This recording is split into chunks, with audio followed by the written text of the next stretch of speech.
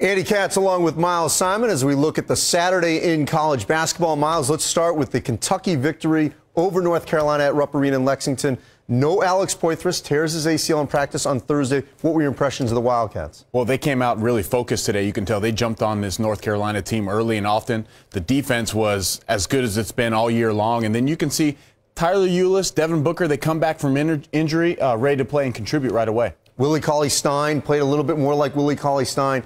This Kentucky team certainly looks like they potentially could go undefeated, although they got that date at Louisville on December 27th. All right, Utah played Kansas in Kansas City at the Sprint Center, and it looked like an early blowout for Kansas. What did you think of the Utah comeback before falling late to Kansas? Well, Utah's been super impressive because I've covered them. Their two previous games, wins against Wichita State at home and then going in a tough road environment at the Marriott Center against BYU.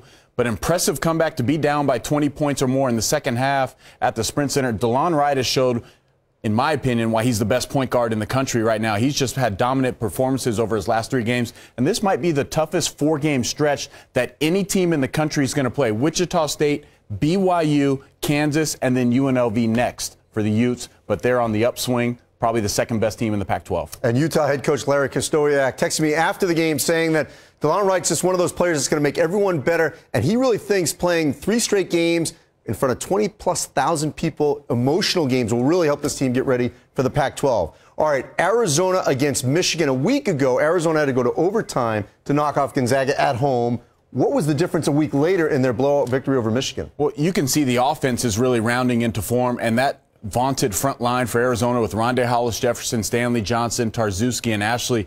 They were dominant against a depleted Michigan Wolverines front line. I understand that, but for them to go out and show that, the way they scored the basketball, the way they rebounded, that Arizona is kind of turning the corner and they continue to get better, as Sean Miller teams usually do. All right, a little rapid fire here for 3 other key games on Saturday. Oregon goes into Chicago. They'd really been struggling, and they beat Illinois. What was your impression of that one? Well, that's a great win for them because Joseph Young, who was averaging 20 points per game on the year, only 13 today. You would think to pull off an upset like that on the semi-road, neutral floor, that he would have to have a big game. But the freshman, Dylan Brooks, comes through huge for the Ducks. St. Mary's out of the WCC, and the league really needs this to have another team that can maybe step up and get a big win outside of Gonzaga. They go into Creighton and win. Yeah, that's a hard place to win. Remember, Creighton had already beaten a ranked Oklahoma team at home this year. But you talk about Brad Waldo, Aaron Bright, and Desmond Simmons, the graduate transfers, also playing well for Randy Bennett's squad. Big win for the WCC and St. Mary's. And maybe the game of the day in double overtime, Northern Iowa at VCU. Northern Iowa was undefeated going into that game.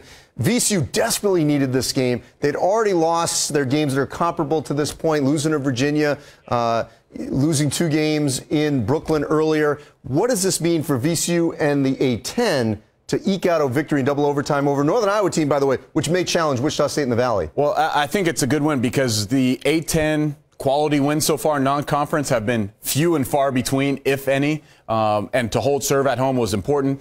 Weber, Graham played well, but UNI is going to be very tough to beat in that Missouri Valley. They'll challenge the Shockers. All right, that's a wrap at our look at the Saturday in college basketball. Keep it right here on ESPN.com for all our coverage.